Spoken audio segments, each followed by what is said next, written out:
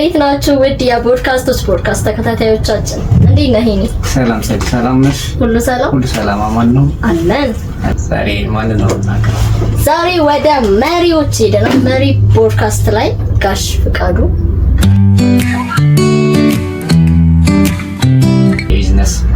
የተለያዩ ቢዝነሶች ባለቤት በጣም በብዙ ውጣ ውረዶች አልፈው ለዛሬ ትልቅ ስኬት የደረሱ ፊልም የሚመስሉ የህይወት ታሪኮችን ያሳለፉ ጋሽ ፍቃዱ በእውነት አስገርመውናል፣ አስደምመውናል።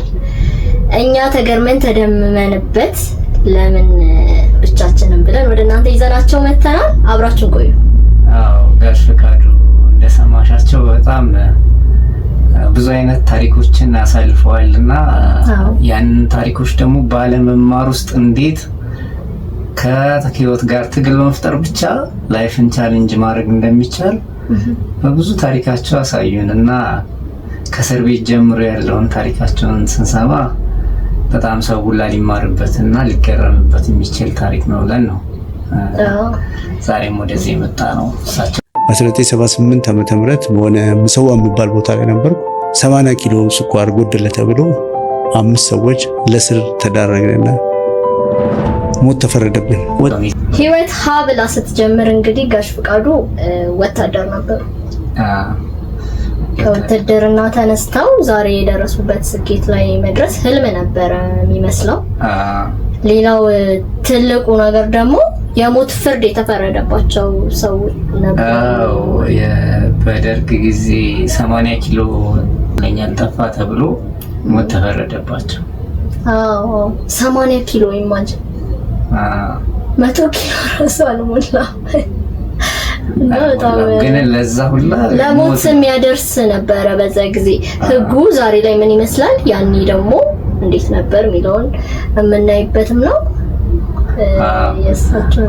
እዛ በጣም በእስር ቤት እንዴት እንዳሳለፉ በሚያወሩበት ጊዜ በጣም ነበር የገረመኝ። ዛሬ እና ምን ይመስላል ብሎ ጠይቋቸው ነበር የፖድካስት አዘጋጅ። ምንድነው ያሉት? በቃ የመጀመሪያዎቹ 3 ወራት ማሰብ ሁላ ሌላ ነገር ያከታል እና ሱሪያችን ላይ ሁላ እስከ መሽናት ደርሰናል። ከፍራቻ ከጭንቀት የተነሳ እና 3 ወር በኋላ ግን ለመድነዋል። ሞትም ይለመዳል ማለት ነው። በቃ ከዛ እየተላበን ነው ሄደን እንግዲህ ሀሳብ አንስተው እሱ በጣም የሚገርም ኤክስፒሪየንሳቸው ነበረ። ምክንያቱም ሰው ሞት ከተፈረደበት በኋላ ምን ይሰማዋል የሚለው ስሜት ብዙ ጊዜ አልተለመደም በሰው ልጅ ጋር። ምን አይነት ኤክስፒሪየንስ አለ? በጣም እኔ ለራሴ ሞት ቢፈረድብኝ ምን ሆናለሁ ብዬ ማሰብ አቅቶኝ ነበር። በጣም ከባድ ነው። ከዛ በኋላ ህይወት እኔ እንጃ እንዴት ራሱ አንድ ቀን እንደሚታደር አላውቅም። ሞት እየተጠባበክ ዛሬ ነው ነገሩ ደግሞ በዚህ ቀን ቢባሉ እንኳን እቺን ቀን ቀርታኛለች እያሉ ይጠብቃሉ። መቼ እንደሆነ አይታወቅም። በር በኃይል በተንኳኳ ቁጥር እንደነግጣለን። ስንጠራ አጉል ሰዓት ስንጠራ እንደነግጣለን። በቃ አሁን ነው እንላለን። ኢቭን ጥይቷ እንዴት ነው የምትመታኝ፣ እንዴት ነው የምትበሳኝ ምናምን እያደረስናስ ኢማጂን የሚያደርጉት ያንን ነው። በዚህ አይነት አሟሟት ነው፣ በእንደዚህ አይነት ፔን ነው የምንሞተው። ህይወትን አይ ቲንክ በተለየ አንግል ታያለ ብዬ አስባለሁ። እንግዲህ ወታደር ቤት በኮሚቴ ሞት ሲፈረድብህ ምንድነው የሚደረገው? እንደዚህ ዝም ብሎ አይደለም የምትገደለው። ጦሩ ይሰበሰባል፣ ጉድጓድ ይቆፈራል። ጦሩ በተሰበሰበበት እጅ ታስሮ ወደኋላ ትሄድና ከዛ በኋላ እንደዚህ አድርገው እንደዚህ ያጉሎ ምናምን ትባላለህ፣ ይነበባል፣ ትረሸናለህ። በኋላ የምትደነግጠው እንግዲህ እዛ ቁጭ ብለህ እዛ ጦሩ ተሰብስቦ እስከምትረሸን የምትመታ ጥይት እንዴት ነው የምትመታ? እንዴት ነው የሚያምህ?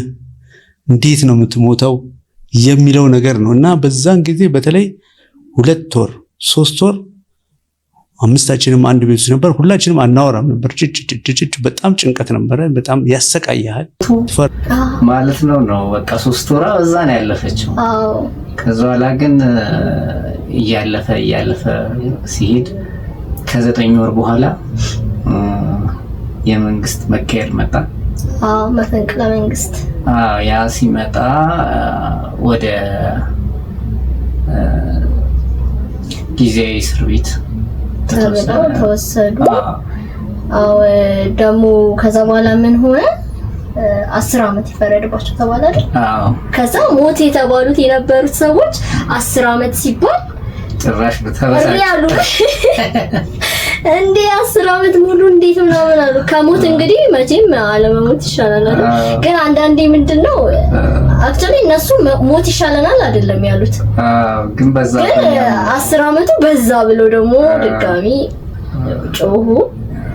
ያው የሰው ልጅ አይጠግብም ማለት ያሉት እሳቸው ራሱ ሲያወሩ ያ ሁላ ደግሞ አልፈው ወደ ንግድ ዓለም ጀመሩ። እንዴት ወደ ንግዱ መጡ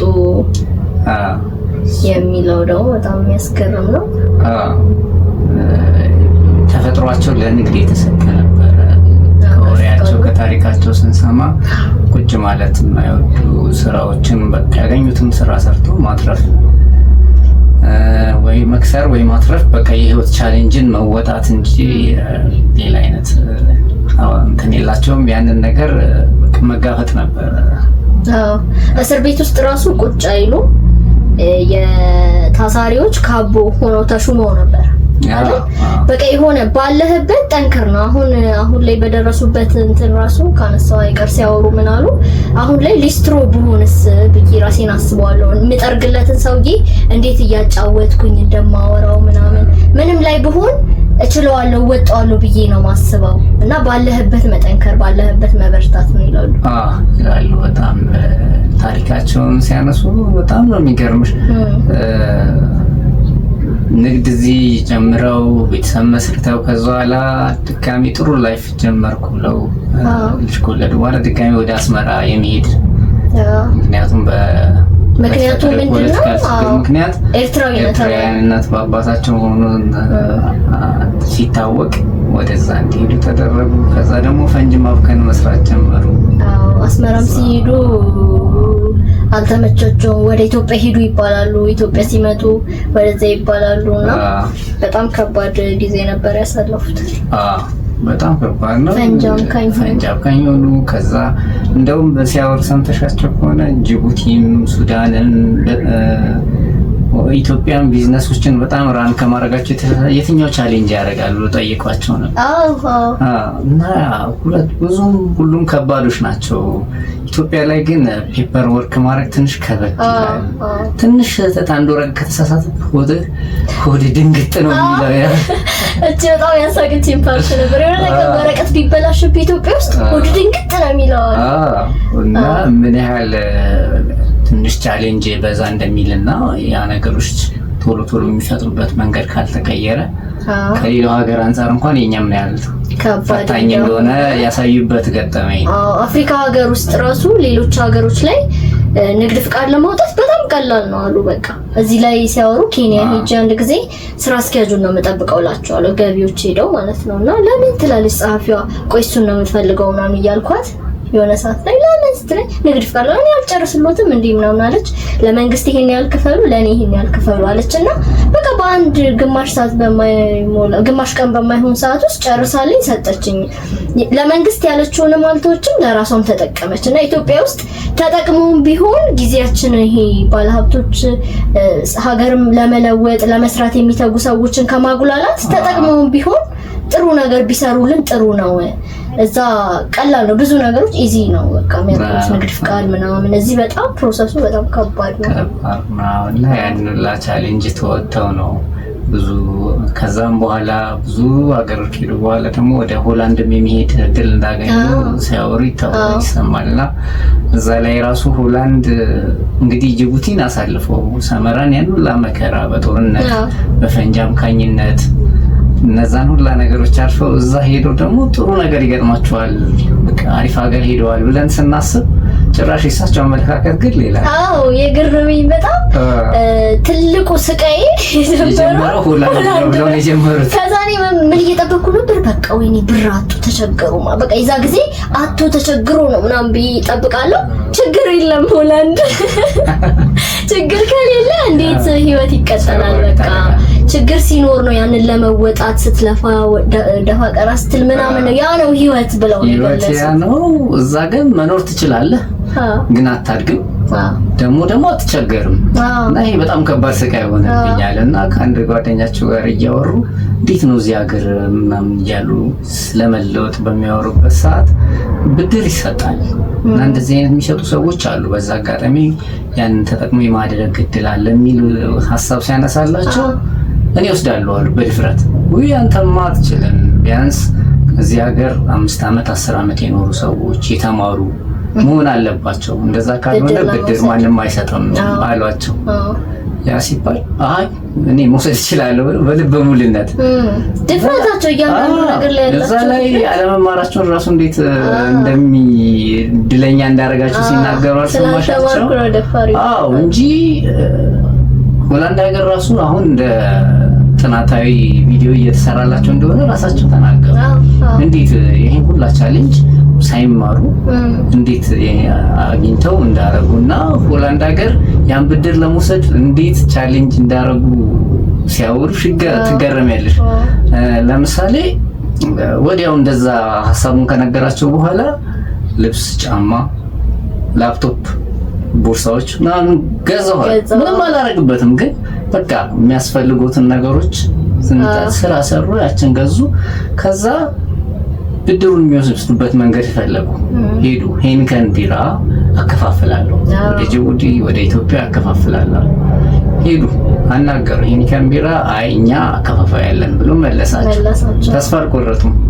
ከዛ ድጋሚ ሄዱና የት መጡ? አንድ የአፍሪካ የቢራ ፋብሪካ አለ። እዛ ጠየቁት። ሲጠይቁት ፍቃዱን ሰጣቸው። የምታውቀው ሰው መኖሩን ካረጋገጥክልን የሚረከብህ ማለት ነው፣ ወደ ጅቡቲ ወደ ሱዳን ወደ ኢትዮጵያ የሚረከብህ ካለ አለኛል። ይዘው መጡ፣ አሳዩት፣ ተቀበሉ። ከዛ ቢራ ፋብሪካ ጋር ውል ተፈራረሙ እና እንደውም ጠያቂው የመሪ ፖድካስት አዘጋጆች ሲጠይቋቸው ሰምቼሽ ከሆነ ውሉ አላስፈራዎትም ሲያረጉት እንዴት ነው ጨፍ ምን ያስፈራኝ ምን አለኝና ልፍራ ጠበቃ ለማባል ጠበቃ እኮ ላለው ሰው ነው እኔ ምን አለኝ ብዬ እፈራለሁ። ስለዚህ ያለሁበት ላይፍ መውጣት ነው የምፈልገው። ስለዚህ ያንን ድፍረት መውሰድ ነው። ኋላ ጠየቋቸው እንዴት ነው ፊርማዬ ብዙም አይደለም ማለት ፈርመው ከዛ ያን ነገር ለምን እንደተፈለጉት ሲናገሩ ደግሞ ሞር ጭንቅላታቸው ምን ያህል ጂኒየስ እንደሆነ አላማቸው ከያንን ቢራ ፋብሪካ ውል ይዘው የተፈራረሙትን ውል ይዘው ብድር ሊወደሩበት ነው። ከዛ ብድር ሄደው ስጡኝ አሏቸው። ከዛ ዋው በቃ ይሄን ነገር ማሳካት ከቻሉ ብድሩን እንስጣቸው ብለው ሰጧቸው።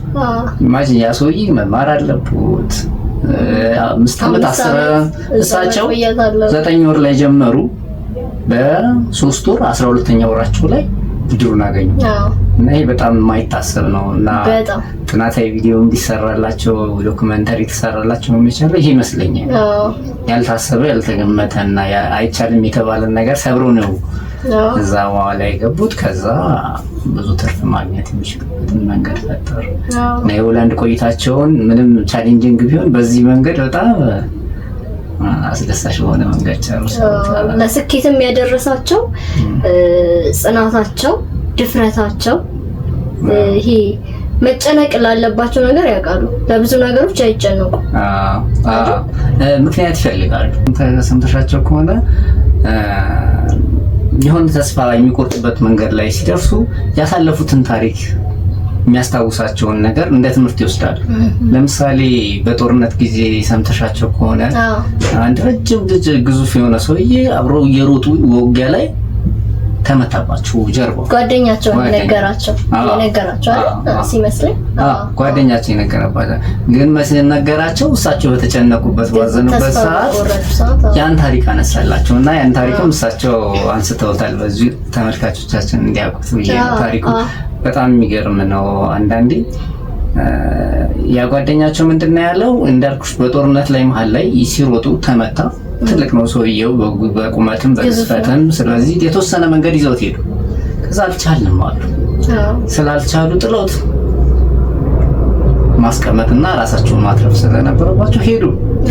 ከዛ ከወር በኋላ ሲመለሱ ሲያዩት ጸጉሩና አጥንቱ ብቻ ነው ያለው ፈርሷልና የሰው ልጅ እንደውም ሲሞት ግሪስ ነው የሚመስለው የተቀባ ግሪስ ነው የሚመስለው ብለው የነበራቸውን ትውስታ ይናገራል።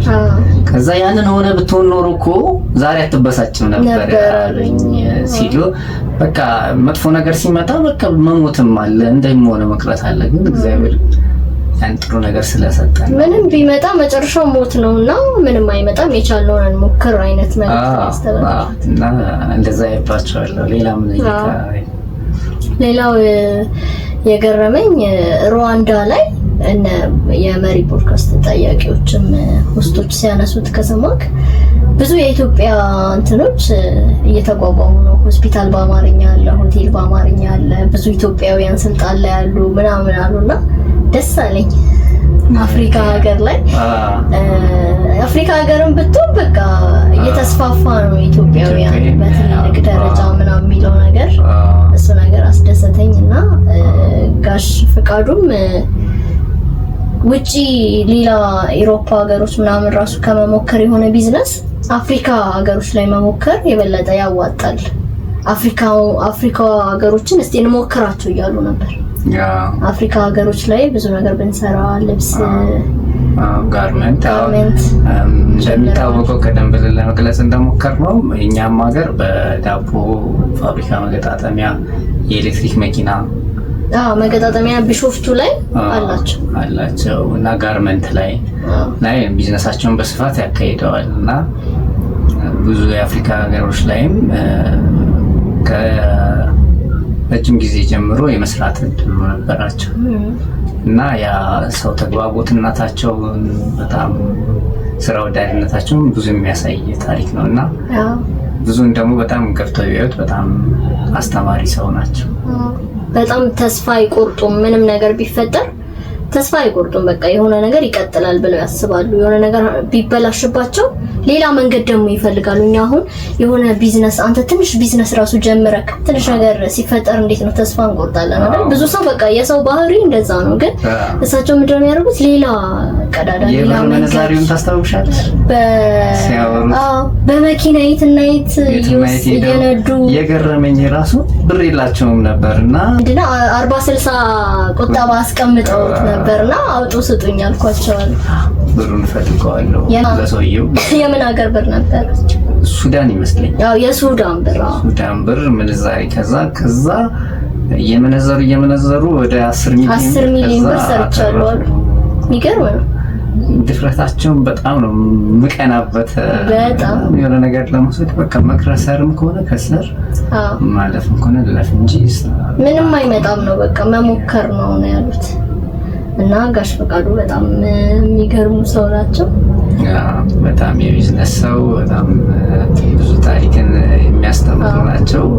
ቢዝነስ ህይወቴ ነው የኔ ህይወት በቃ ቢዝነስ ነው። ለአንዳንድ ሰው ለምሳሌ ያሉ ኃይለ ገብረስላሴ ሩጫ ህይወቴ ነው ብሏል እና እኔም ቢዝነስ ህይወቴ ነው ብሏል። በቃ የተፈጠርኩለት ነገር ነው ብለው ነው የሚያስቡት።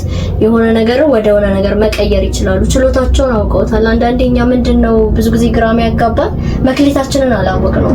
እኔ ምንድነው የምችለው? እኔ ምን ባረግ ነው የሚሳካልኝ ሰክሰስፉል መሆነው? ሁሉንም እንሞክራለን፣ እዛም እንሄዳለን። ግን የሆነ መክሊታችንን ስናውቀው ደስ ብሎ የምንሰራው ነገር ሲሆን እንዴት ነው ስኬታማ እንሆናለን አይደል? እሳቸውም ልክ እንደዛ ነው። ቢዝነስ በቃ መክሊቴ ነው የተሰጠኝ ነገር ነው የተፈጠርኩለት ነገር ነው ብለው ነው የሚያስቡት። በጣም እሳቸው እንዳልሽው ይሄ ለብ ያለ ላይፍ መኖርን ወይ ውጣ ውረድ መኖር አለበት ወይ ደግሞ ጥሩ ትርፍ መኖር አለበት። ያ ካልሆነ ምቾት የስሜት ከተሰማቸው ደስ እንደማይላቸው የሆላንዱም ያስተምራል ታሪካቸው። ግን በጣም የገረመኝ በጣም ኤክስትሪም ናቸው። እንደዛም ሆነው ግን ላይፍን ቀለል አድርገው እንደሚያስቡ ትረጃለሽ። ለህይወት ያሉትን እይታ እንዴት ይረዱታል? መጨረሻ ላይ ጠይቋቸው የመሪው የአዘጋጆች ጥያቄ ያላቸውና የህይወት አዛ ላይ ሰምታሾች ሆነ ህይወትን እንዴት ነው በቃ ኑርና እንደውም ዘላይ ህይወትን ኑር፣ ዛሬን ኑር፣ ነገን አታውቀውም። ነገ ምን እንደሚፈጠር አታውቅም። ዛሬን ግን በደንብ ኑረው፣ ዛሬን መኖር ነው የበለጠ ለህይወት ትርጉም ያለው ብለው ነው።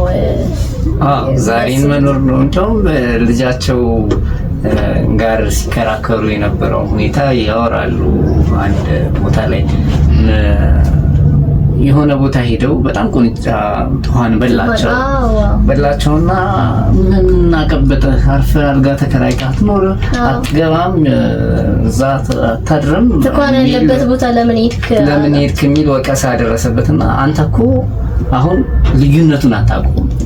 አሁን ዝም ብለህ እዚህ አልጋ ላይ ነው ያለኸው። እኔ ግን የዚህን አልጋ ጣዕም የማውቀው እዛ ጋር ያለውን ሰፈር ስላየሁት ጣዕሙ ለኔ ነው የሚገባኝ እና በቃ አሁን ምን ማለት ነው የዛን ጣዕም ስላጣጣሙት ሰፈሪንጉን ይሄኛው ምቾቱን ደግሞ የዛ ሰፈሪንግ የዚህን ምቾት በጣም አጎላላቸው እና ለሳቸው አሁን ምን ያህል ደስ እንደሚያሰኝ ሰፈሪንግ ራሱ አንድ መማሪያ እንደሚሆን የሆነ ነገር እኮ ስታገኘው እና ኑር ማለታቸው ሲገባኝ በቃ ባለህበት ነገር በደንብ ግን አጣጥመው ነው። ለምሳሌ እሳቸው ቻሌንጂንግ ሲኖሩ ምን አይነት ፈተና ነው ምን አይነት አሁን እድሜ ልክ ሲፈጠርባቸው የሚያስጨንቀውን ጭንቀት ምናምን አይተውታል።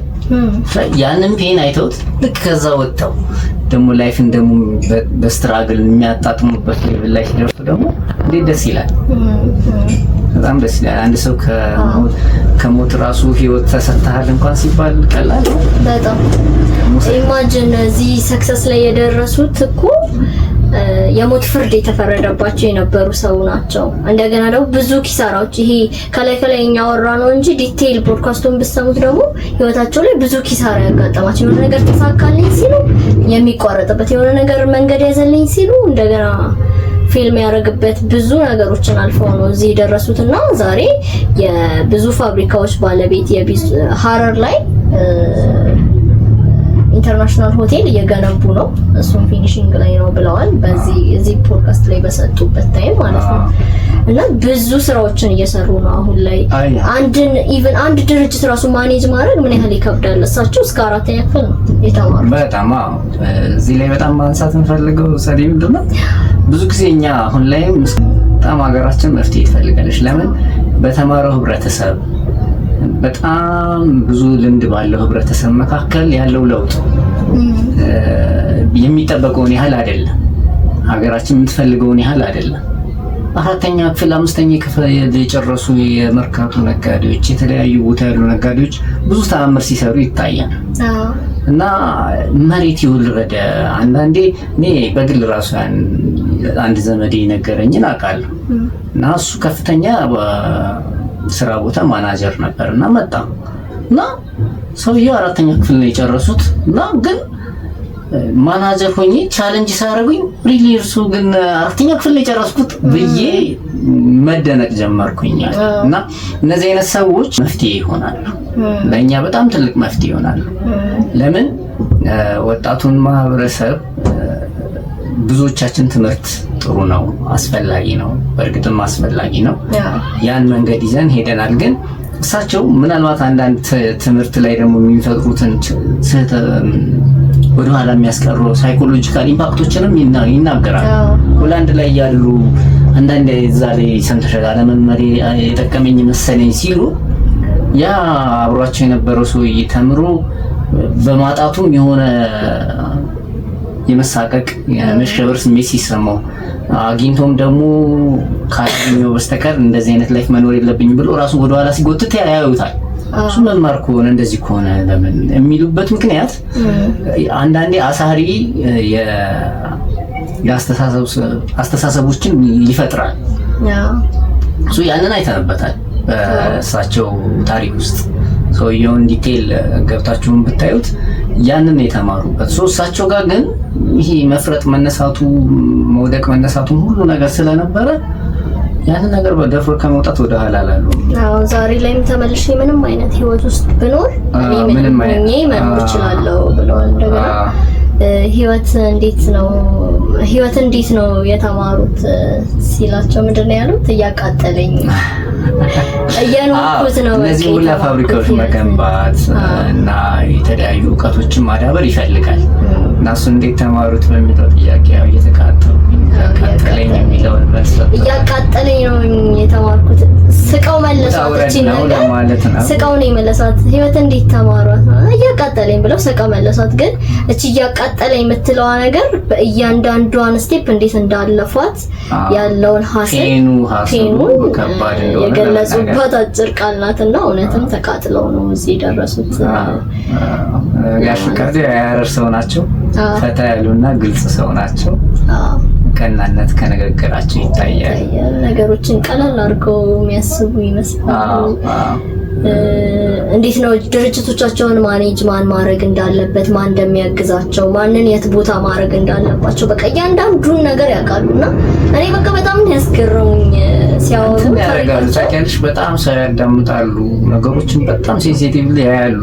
ለምን ኤርትራ ሄዱ ጊዜ አባቶት በቦታ ነው ሀገር ነው ተብለው ቤት ሰራለው እዚህም ሲሉ ታስታውሻለሽ? ኤርትራ ላይ ቤት ሰርተው ነው የተባለው እና ያን የሰሩበት ምክንያት ሲያወሩ ምን ያህል እንደሚያዩ የተረዳውበት ምክንያት ኮሊን ፓውል የአሜሪካን ውጭ ጉዳይ መሪ የነበረ ሰውዬ ያወራል እና አንተ ጥቁር ነህ ከየት መተህ ነው ምናምን ብለው ግራ አጋቡት። ያን ግራ የማጋባት ስሜት ሲሰማ የማንነት ጥያቄ ለካ ይጠይቃል። የኔ ማንነት እዚህ ጋር ያስፈልጋል ነኝ እዛም ቤተሰብ አለኝ እዚህ ማንነት ሊኖር ይገባል እና የሚያዩበት መንገድ ብዙ አትገምቹም። አንድ የውጭ ዜጋ እንደዚህ ተናገረ ብለሽ ከኢንፎርም አድርገሽ ያን ነገር የማድረግ ነገር አይከብድም? በጣም በቃ አይምሯቸው በጣም ፈጣን ነው። ተምረሽ ማስተርስ ይዘሽ ፕሮፌሰር ሆነሽ በአንድ ነገር ተገርተሽ መስመር ብቻ ይዘሽ መሄድ አይደለም ህይወት እኮ። ሁሉም ሰው እነዛ የተማሩትም ሰዎች ቢችሉ ብዙ 3 4 5 6 ፋብሪካ ሆቴል ቢኖራቸው ፋብሪካ ቢኖራቸው የተለያዩ ድርጅቶችን ቢመሩ ደስታቸው ነው። that's why ምንድነው ልዩነቱ የሚለውን ነገር ስታይ መማር በጣም ጥሩ ሆኖ ሳለ የተማርሽውን ግን ኢምፕሊመንት ለማድረግ የላይፍ ደግሞ ቻሌንጆችን ማየት ደግሞ ምን ያህል ፓወር እንዳለው እሳቸው የሚያሳይ ታሪክ ነው። እንደገና ሁሉም ሰው የተፈጠረበት ምክንያት አለ። ቀደም እንዳልኩ መክሊታችንን ማግኘት ነው የሁላችንም ስኬት ይመስለኛል።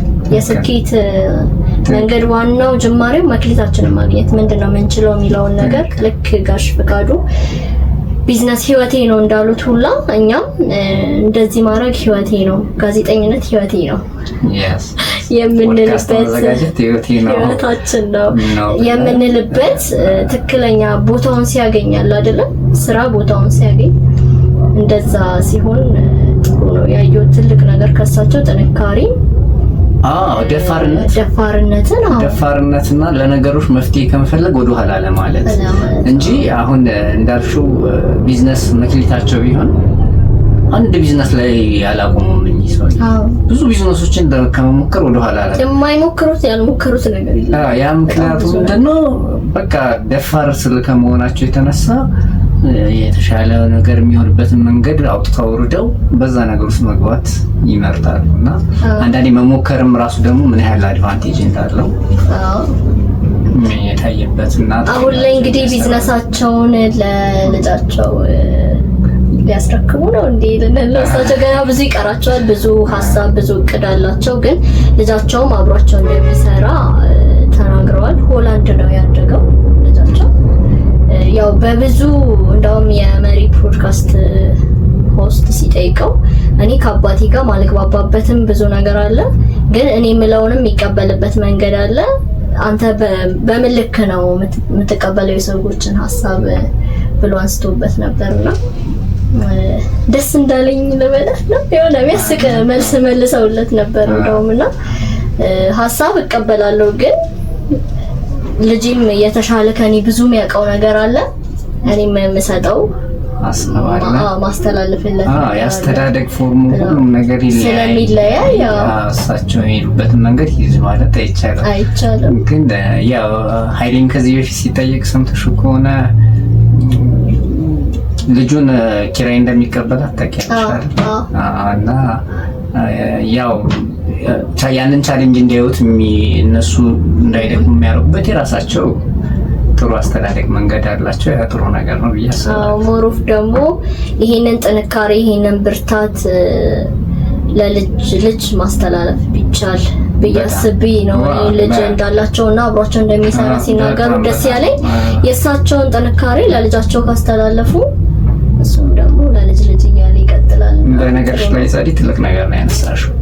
በጣም አንድ ቅድም እንዳልኩሽ የመጀመሪያው ችግር በትምህርትና በትምህርት አተገባበር ውስጥ እድገት ምን ያህል በፍጥነት መምጣት የነበረበትን ያህል አለመምጣቱ ትልቅ ጥያቄ ነው። ለእነዚህ ነገሮች ትልቅ መፍትሄ ይሰጣሉ ነው አንደኛው ትልቁ ነገር። ሁለተኛ አሁን ያነሳሽውን በጣም ትልቅ ነገር ምንድነው እኛ ሀገር ከ50 ዓመትና ከ60 ዓመት የዘለሉ ብዙ ድርጅቶችን እኮ አናይ። ምክንያቱም ምንድነው ሰዎቹ ላባቸውን ጥረው ግረው ለፍተው ዴዲኬትድ ሆነው ያን ነገር በላይፍ ህይወታቸው ሁሉ ለማበርከት ችለዋል። ግን ሰው ማፍራት እንዳልሽው ልጅ ላይ መስራት እና ያን ነገር በትክክል እንዲያስቀጥሉ ማድረግ ግን ብዙ አይታይም አይደል? ብዙ ሀገራት ዓለማት ላይ 150 ዓመት 200 ዓመት ያስቆጠሩ ድርጅቶች እንዳሉ ታውቂያለሽ።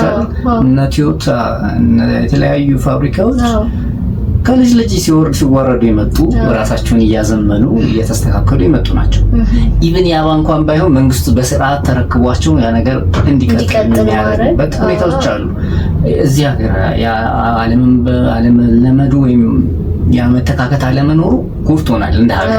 ከባሽ ሲበተን ብዙ ነገር ነው የሚበተን። በጣም ብዙ ሰራተኛ ይበተናል፣ የስራ ልምድ ይበተናል። ፋብሪካ እንደ ባለቤቱ ሆነ ያን ነገር የማስቀጠል ልምድ ያነሳሽው ነገር ለልጆቻችን መስጠት ጥሩ ፕራክቲስ ካላቸው ያስፈልገዋል። ልጅ ላይ ምሳሌ የሚሆን ሰው ነው። ልጅ ላይም ብቻ ሳይሆን በዙሪያው አሁን ኃይሌ ድጋሚና ሰውና ኃይሌ ሪዞርቱ ላይ ሰራተኞቹ ማን ያዘዋል ሸቱ ሲያወራ ሰምቻለሁ ከዚህ በፊት። ዲሲፕሊን በቃ ሁሌ ኃይሌ ያለ ነው የሚመስለው።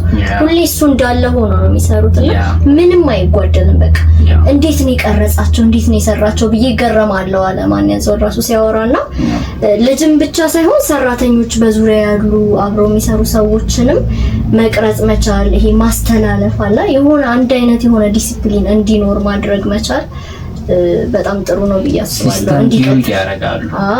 ያ ሲስተም ቢልድ ያደረጉት ነገር ከጊዜ ወደ ጊዜ ራሱን እያስተካከለ ሊሄድ ይችላል እንጂ አይቀየርም። ያንን ነገር ዲሲፕሊን እና ሲስተም ቢልድ በሆነበት መንገድ ለሁሉም እዚህ 40 ምንጭ ያለውን ሆቴል ሄደሽ አዲስ አበባ ብትመጪ የሚቀየር አንድ አይነት ሲስተም ስላለው እና ብዙ አሜሪካ ሀገር ታዋቂ ያለ በርገር ማክዶናልድ ምንድነው ሚስጥር ሲባል በ3 ደቂቃ ነው አንዲት በርገር ለመስራት የሚጨርሰው እና እንዲመደደው አንድ 15 ሰዎች ይኖራሉ። እነሱ ሁሉ የራሱን ሲስተም ያደርጋል። ያኛው ይከፍታል፣ ይሄኛው ይከትፋልና ያልቃል ወዲያ። አንዱ ሰው ቢነሳ ሲስተሙ ዲስታርባል።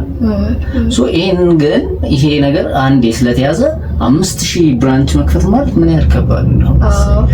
ያንን ለማድረግ ግን አንዴ ሲስተም ቢልድ ስላደረገ በዛ ሲስተም ይሄዳልና እኛም ሀገር እንደዚህ አይነት ኃይሌ ጥሩ ምሳሌ ሆኖ ባህላችንን ጠብቆ በሲስተሙ ዲቨሎፕ አድርጎ በጣም የእንግዳ ተቀባይነታችንን በአስመሰከረ መልኩ ሆቴሎቹን ገንብቶ አሳይቶናል። ደስ የሚል ነገር ነው። እንዳልከው መተባበር ላይ ደግሞ ጋሽ ፍቃዱ ምን ብለዋል አሁን ትዝ ያለኝ ልብስ ጋርመንት ላይ ሲሰራ አሁን በጣም በብዛት መስራት ይቻላል። ብዙ እንዳውም ሲያወሩ ምን አጓጓኝ ብዙ ሰራተኞችን መቅጠር ይቻላል ማለት ነው። እንዲህ ከሆነ የስራ አጥ ቁጥርም ይቀንሳል ብዬ አሰብኩኝ። አንድ ኮሌታ የሚሰራው ሌላ ሰው ነው፣ ቁልፍ የሚሰራው ሌላ ሰው ነው፣ የሆነች ትንሽዬ ነገር የሚሰራው ሌላ ሰው ነው። እንደዛ አድርገን ብዙ ነገር መስራት እንችላለን ጋርመንት ላይ ነው በጣም እያነሱ ነበርና ጋሽ ፍቃዱ በጣም ክሬቲቭ የሆኑ ሰው ናቸው። ያ ክሬቲቭ ትልቅ ነገር ነው ያነሳሽው። ክሬቲቪቲ ምን ያህል ፓወር እንዳለው አሳይተዋል። አንድ ሰው ምን ባልተማረበት ሁኔታ የተማረ የማይሰራውን ስራ መስራት ከቻለ ክሬቲቪቲ ምን ያህል ፓወር እንዳለው መገደብ የሚባል ነገር እንደሌለ ያው ኃይሌ የማይቻል ነገር የለም እንዳለው ብዙ ነገሮችን በቻሌንጅ እንደሚሰሩ እንደማሳየት እና ያ ነገሮች ብዙ ልንማርባቸው የሚገባ ነገሮች ናቸው ብዬ አስባለሁ። የመኪና መገጣጠሚያ የዳቦ ማሽን በተለይ መገጣጠሚያዎቹ ምን አሉ አሁን ላይ እንደው ከትንሽ ጊዜ በኋላ እዚሁ እንዲሰሩ ነው የምናደርገው። ማቴሪያሎቹ ራሱ ከውጪ መምጣት ይቆማል። ለምን እንደዚህ ከባድ እንደተደረገ ራሱ አይገባኝም እያሉ ነበር ሲያወሩ የነበረውና አደራ የውጪ ኃይሎች እንዳይሰሙ ይሄን ነገር ያስቆሙናል።